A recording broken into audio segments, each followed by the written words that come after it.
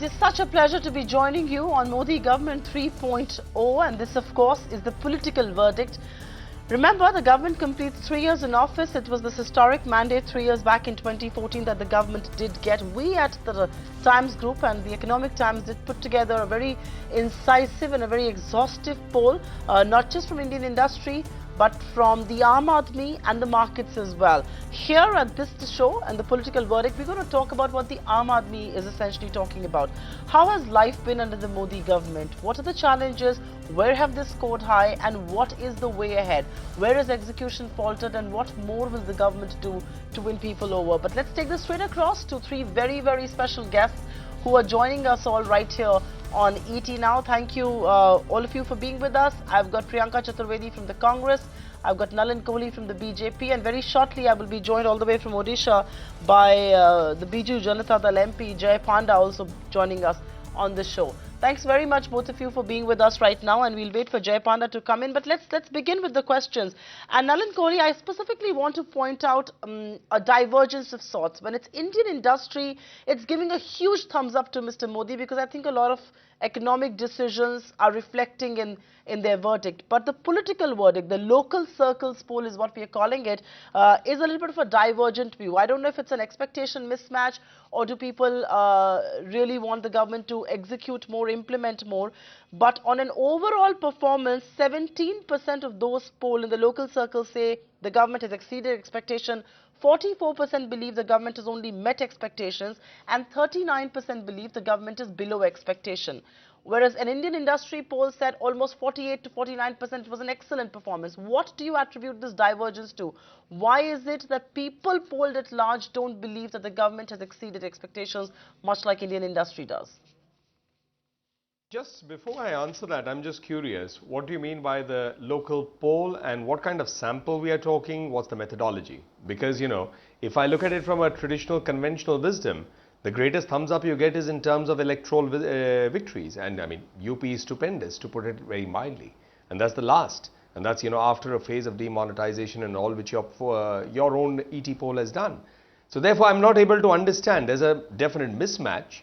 So if you can tell me a little bit more of your poll, maybe I could try to analyze it. Otherwise, it doesn't make sense. Because if you're saying industry speaking, people in terms of voting patterns are speaking, then where is this divergence? So either there's a problem with the sample size, although one could argue also and say that 17% exceeded expectations and some 34%, did you mention, met expectations, or 41 met expectations. That again is a sizable majority. It's way past the halfway mark. But, you know, I see a mismatch definitely. So I'll have to know more about your poll before I could really make a more structured comment. Sure. All right, even as I wait for Panda to join us, I'm going to quickly tell all of you what this poll is all about. This is an online poll. More than 40,000 respondents join in, 32% females and 68% men. This is a local website where about 2 lakh people votes were received, and this is the sample size. So we're talking about tier 1, tier 2 and tier 3 cities. But I agree with you that as far as voting patterns are concerned, and Panda, thanks very much for being with us as well right here on ET Now. I just began by asking Mr. Nalin Kohli, why is it that people at large believe that only 17% of those polled believe that the government has exceeded expectations, others believe it has barely met expectations or is below expectations? But yes, I think Nalin Kohli is right. They crossed the majority mark when it comes to met expectations clubbed with surpassed expectations. What do you believe this is a case of? Is this a case of clear expectation mismatch, too much riding on the government, too much to do? Mr. Panda?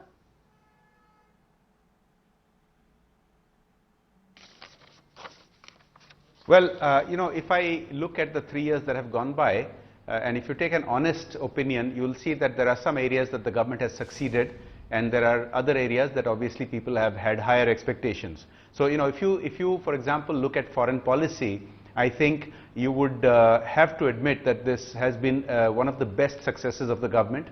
But that is probably not something that the average citizen is often thinking about. And what may be on his or her mind may be the economy. Now, the economy, I think, needs to be looked at 2 ways. If you look at GDP growth rate, it has turned around. If you look at investment, FDI, these are all good numbers. In fact, India is today being celebrated around the world as the fastest growing large economy in the world. But if you look at jobs, I think that's an area that is of concern.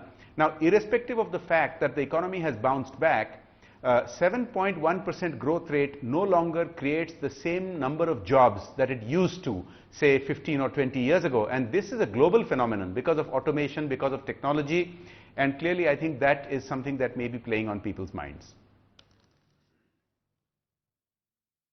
Right, right. I agree with you, and I think it's the people at large, and and that's how they vote. But let me bring this to Priyanka Chaturvedi. And Priyanka, very quickly, I want to get your opening remarks on this, and then we'll get headlong into specific issues like job creation, corruption, all of that being reined in. Very quickly, where do you believe the mismatch is? I mean, typically speaking, the biggest yardstick has to be polls, and in polls, the BJP has done well.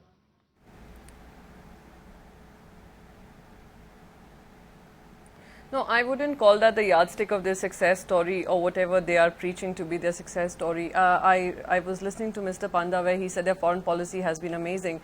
But when you look at foreign policy, you look at two ways. The investment that has come into the country, which is just about 14% in the manufacturing sector, in the core sectors. If we look at the manufacturing numbers, they have been consistently following. When we talk about a 7.1% GDP growth, it has been on the basis of new calculations that have been derived at. If we look at it through the old calculations, around 5%. And considering that it's 5%, the jobs that are being created or not being created, I think that is an answer in itself. If you look at other aspects of the economy, if you look at when we speak about women's rights, women's issues, we speak about changes in the social reforms that have been taken place, and look at many other parameters of this government, they have been found wanting. So I do not see this as a success story really. I do not know what they are celebrating considering the youth do not have jobs. They promised 2 crore jobs annually. They haven't even been able to produce 7 lakh jobs till now. So these are questions that arise out of the government. Are they only looking at electoral poll victories to show that they are doing a satisfactory job, or creating jobs for youth, understanding their challenges as far as education is concerned, economy is concerned, economic growth is concerned, is an area that the government will finally look into? Right. Okay. And now hold your thoughts there, because I do want to keep this politically focused. I don't want to talk so much about jobs and FDI and all of that. And so let me talk about and take the bull by its horns. As far as corruption and the impact of demonetization is concerned, Nalin, Kohli, this comes your way. Do you believe corruption in India has reduced? 47% believe yes, 43% believe no, and 10% of course can't say. Has corruption reduced as a result of demonetization? That leaves me baffled. 47% believe no, it is not an impact of demonetization. And 37 believe it is. Considering the fact that your government wants people to believe that this is a transparent government, there are no scams, I'm just curious to know what happened here. Why do people believe corruption, or is corruption so ingrained that it continues to be in the system? First of all is, of course, we are very happy with the Congress party's response, and they particularly believe that elections are not a barometer. So we'd like them to continue on the path they are. We can ask for no more from our main opposition party. That's exactly the route we'd like them to take, continue doing exactly what they're doing. Now, with regards to your question on corruption, first of all, there is no scam, which means that policy being motivated or based on an entitlement kind of a syndrome doesn't exist in the Narendra Modi government. And we know exactly what happened in the preceding 10 years. Every scam that has been the mother of a bigger scam than the earlier one. And they have, court stepped in. There is nothing against the government. Second aspect is transactional corruption, which is at a lower cutting edge level. Now, once you have at the very top in a government, which was the preceding government being the pinnacle of it, a system that you just run everything on corrupt practices and scams, then down the order, because corruption, honesty, integrity, discipline, character, they follow the law of gravity. If the top is going to be corrupt, it's going to spread its tentacles downwards. But if the top star is going to be clean or clear, then that is going to go down its way too. And I think people recognize that. We are also going after the corrupt. So that is the critical factor again. There is no such thing, anyone, it doesn't matter who the person is. If they are absconding out, we'll chase them. If they are within the country, and look at the figures. Black money is being netted. It's not. 91 lakh people added to the tax I mean, that's Okay. today's news, what Finance Minister Mr. Jaitley has said. 30 crore PAN card numbers, linking the PAN cards to see duplication, corrupt practices. Having shell companies is now becoming a liability for those who used it to transact funds. And here's a figure. Between 2006 and 2012, the maximum amount of companies that were created to transfer funds, some 3 lakh of them out of the 11-12 lakh companies that we have in India, they are not filing returns, and the government is investigating each one of them. Right. Nalin Kohli.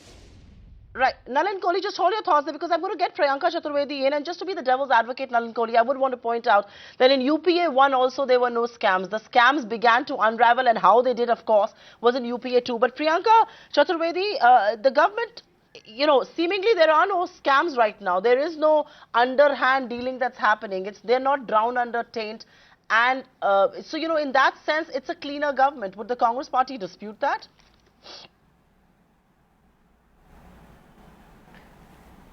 No, if this was a cleaner government, I would have hoped that the Bharatiya Janata Party would have pushed for more transparency in their systems, would have brought in Lokpal, wouldn't have delayed in appointing CVCs, CECs, and various other ways to bring in more transparency into governance. Having said that, while you know, Nalin speaks a lot about shell companies, etc., we also know how Vijay Mallya went out of the country under their reign, and how we keep hearing about his returning, but nothing really is happening on that front. Secondly, if you would remember the Panama Papers that were spoken about, and so many names that came forward, we haven't seen any action being taken with regards to that. So there are many such issues. If you look at state-wise issues where the Bharatiya Janata Party is in power, and how they have made it a habit of dismissing every allegation that comes their way rather than investigating it, just goes on to show that the confidence of their victory seems to be, you know, making them feel that they're above accountability, they're above transparency, and whatever they want to sell to the people would be sold. And let me correct Mr. Nalin Kohli. I found it amusing when he said that we do not want to win elections. I find this extremely amusing, because if that is your only parameter of victory, very soon, of good governance, Right. very soon you will have an answer when people of the country will, when you go to the polls and ask people for the votes and for their confidence. So when you don't give them jobs, when you don't live up to their expectations, they are also going to choose who they want to vote for in the future. I don't know what Right. was this and where did this come from, Right, the last okay. part. Who they want to vote I for think now, they're maybe voting Ms. for the Chaturvedi BJP. probably, Okay. Ms. Chaturvedi Okay, probably okay. didn't Just understand Nalin, what 1 second. I said. But that's okay, we'll let it pass. Okay, I'm going to take this across to Jai Panda. And Jai Panda, the question really is that, you know, the Congress and the BJP can go hammer and tongs as far as corruption is concerned. But the fact of the matter is that corruption was not hurt. Scams, so to say, unraveled only in the second stint of UPA. Are we deciding too soon for the BJP-led government?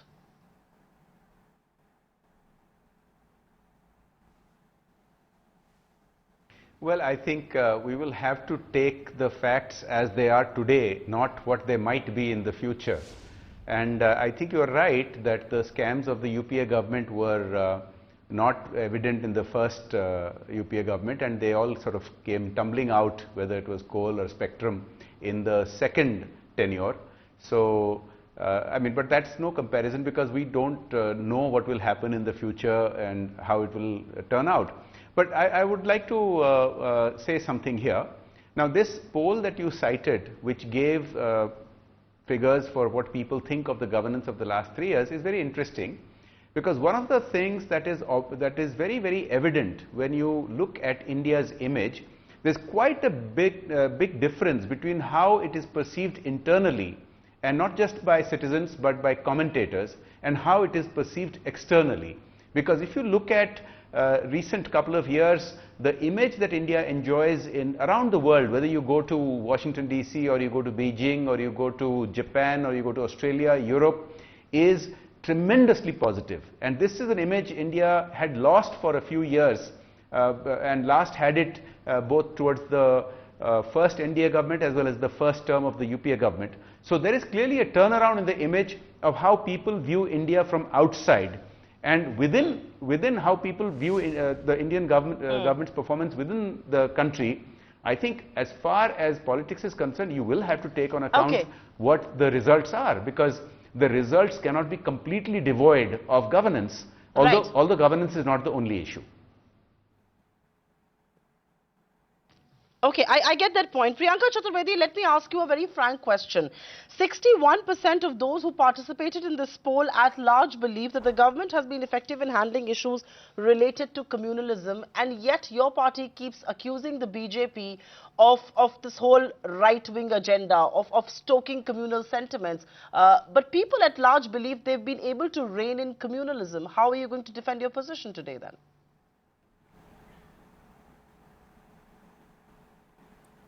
No, there is nothing to defend. It is for all to see. An online poll does not become a referendum on the government of the day. Whether it is the statistics that show, whether it is the appointment of Yogi Adityanath in Uttar Pradesh, and what we are seeing after that, we are seeing violence across states where Bharatiya Janata Party is in government, and how they come to defend things like this is something for people to see. So I wouldn't call the online polling as a referendum on this government or the popularity that they enjoy. Yes, perhaps if they happen to win elections, if that is a referendum, I would grudgingly admit it. But you cannot just wash away their sins by saying there is no communal disharmony or there is no tensions that exist. They do prevail, and it is a reality which the Bharatiya Janata Party will need to address and will need to ensure that doesn't happen under their reign. Okay, I'm just quickly going to take a detour and talk about some of the big initiatives of this government. And Nalin, Kohli, let me ask you this question. Swachh Bharat was launched with such fanfare. The Prime Minister sweeping the streets of Delhi, and all of you in union bureaucrats were in their offices as well. It was a campaign that we at Times Group really support. But do you feel your city has become cleaner due to Swachh Bharat mission? A resounding 57% say no. Is that a red on your report card? Another campaign launched with very high decibel blitzkrieg, but doesn't really percolate on the ground. See, I must tell you, and I'll say this now because I have a few points to make, and I'll come to this also specifically. Supriya, we are combating, and I'm using the word again, combating the ills that have been accumulated in the system courtesy 55 years of glorious rule under the Congress. And we are willing to be seen in a 5-year period. That's in the nature of Narendra Modi. That I'll take the challenge head on. You can put their 60 years, you look at my 5 years. Because we don't run away from that responsibility. We are in government. But have you ever seen it? Now, Swachh Bharat, is it a government scheme? It's not. Before this question is asked, you need to see, is there a government scheme that has been put on it? It's a voluntary scheme. So let's talk of government schemes, and let's look at also Swachh Bharat. People are at least becoming aware. Out of Swachh Bharat came the toilet defecation, open free, no defecation in the open program. Toilets being built. Crores of toilet bills. I mean, in a country after 70 years, we have to start building toilets. Have you ever seen a Prime Minister speaking and saying, can we try to make our country cleaner from the ramparts of the Red Fort? It's never happened. Why? It didn't bother us. So if you look at it from a next perspective, why is it we've always spoken of, say, the farmers, their plights, or the women, or etc. Why couldn't gas connections go to them? It's 3 years, more than 2 crore gas connections. How? Because people like you and me have gone ahead and given up our scheme. Said we don't want subsidized gas. And for each one of us who gives it up, some poor person gets. Opening bank accounts. I've spoken on your show on this last year too. We couldn't open bank accounts for poor people. 25 crore plus opened, 22 crore RuPay cards, 10 crore people with today. No, I get that. I get what you're 10 doing. 10 crore people have. No, I must finish because this is important. 10 crore people today have that security of an accident insurance, of which today's data is 60,000 have benefited. Not that we want people to die. I get that. But they have at least 60,000 people. Right. So I mean, so therefore what's the parameter?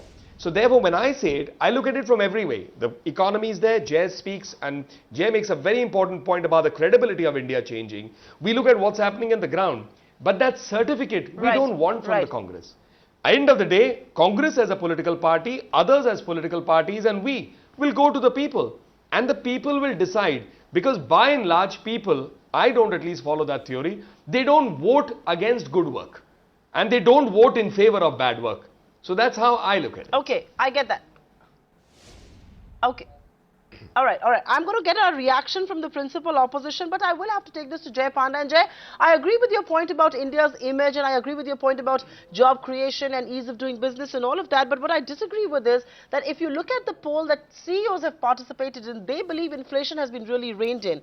But the poll that talks about inflation for the retail people, for people at large, they believe prices of essential items and costs have not reduced. In fact, 66% of them say, no, it hasn't happened. Is the common man and continuing to feel the pinch of high prices? And is the government of the day blissfully unaware of it?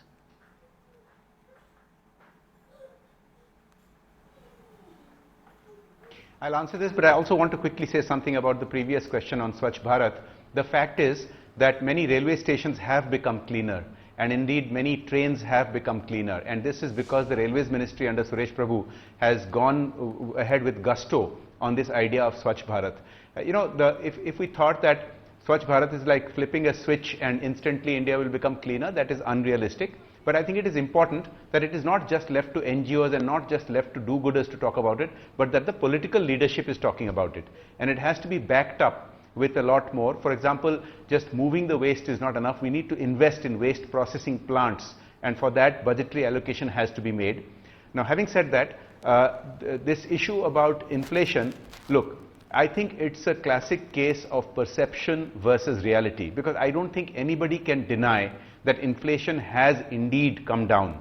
And you can say that it may be the government's luck because of petroleum prices internationally, whatever it is. The fact is inflation has come down.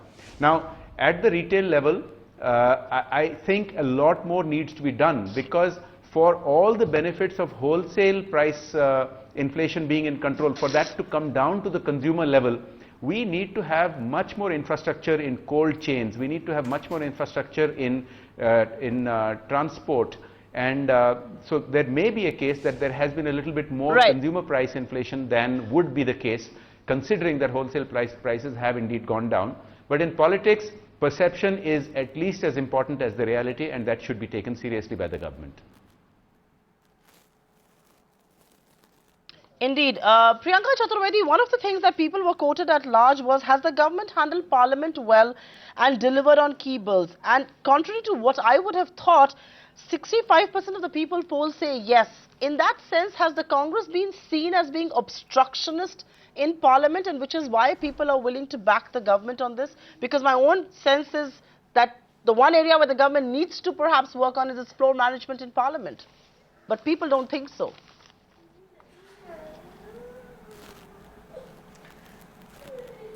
So, while I respect the opinion that has come in and the polling percentage, etc., what cannot be taken away is the fact and the reality that as far as flow management is concerned, we haven't seen any initiative coming from the government of the day, which becomes a primary responsibility in a democracy to take opposition along on various issues.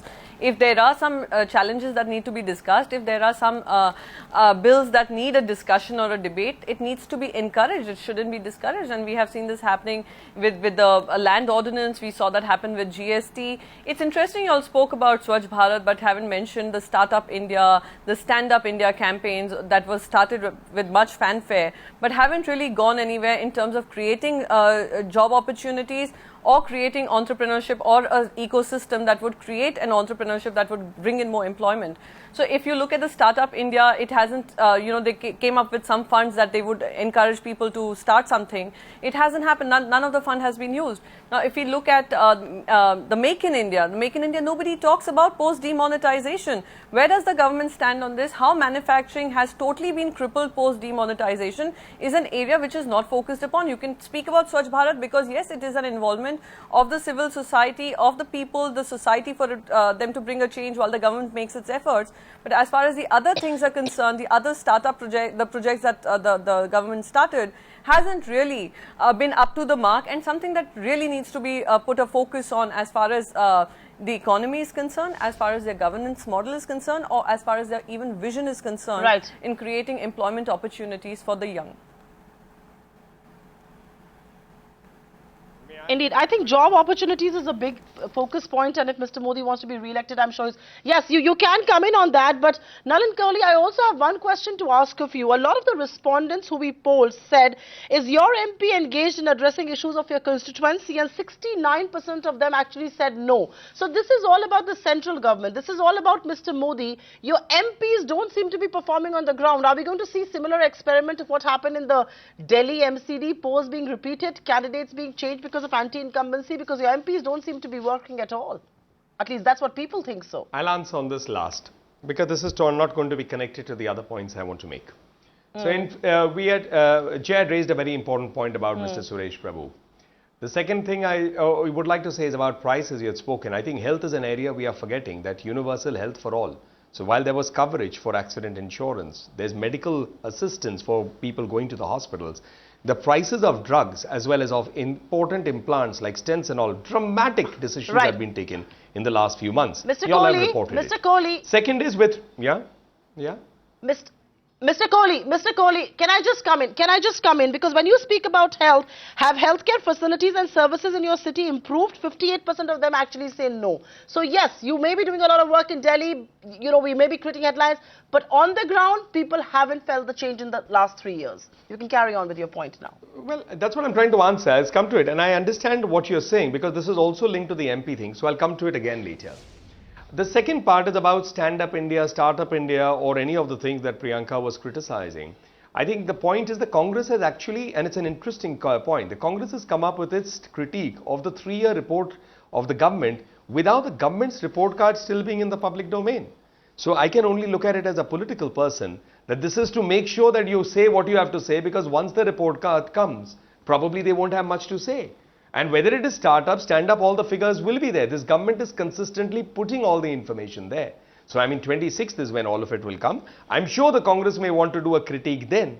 The third part is with regard to your question of what you call the local MP. So dismal has been the delivery mechanism of this country. Dismal.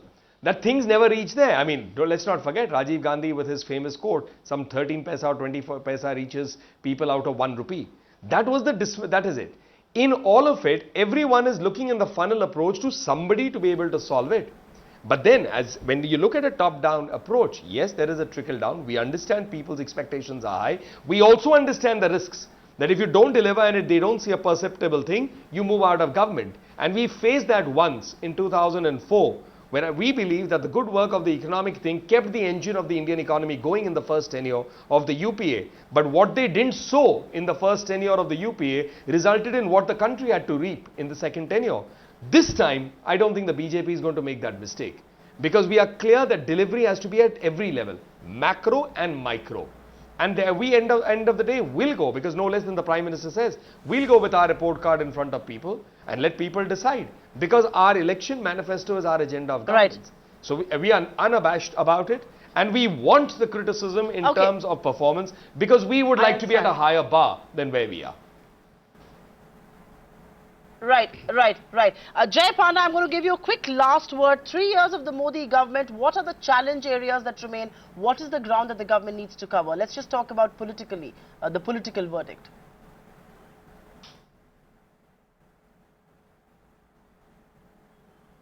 Look, in my opinion, the single biggest challenge has to be jobs. And this is not just about the past 3 years. This is a situation that has been building up because we had very high growth rates and say a dozen years ago, and then we fell off the wagon.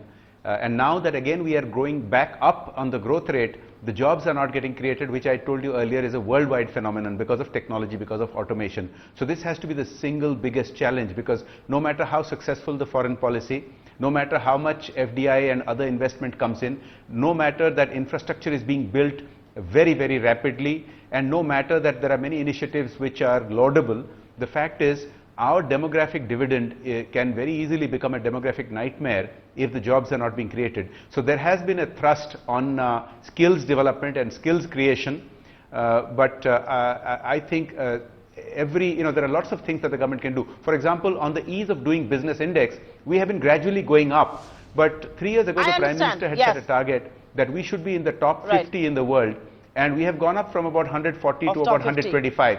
So there has to be dramatic improvements on those fronts. We've done that in power, Jay. I mean, this which has been completely out of time, but thank you very much, Priyanka Chaturvedi. I understand that. Yes. Thank you very much, Priyanka Chaturvedi, Nalin, Kohli and Jay Panda for joining us. I'm completely out of time here. I wish I could have carried on this discussion longer. This is the government's political report card, the political verdict right here on ET Now.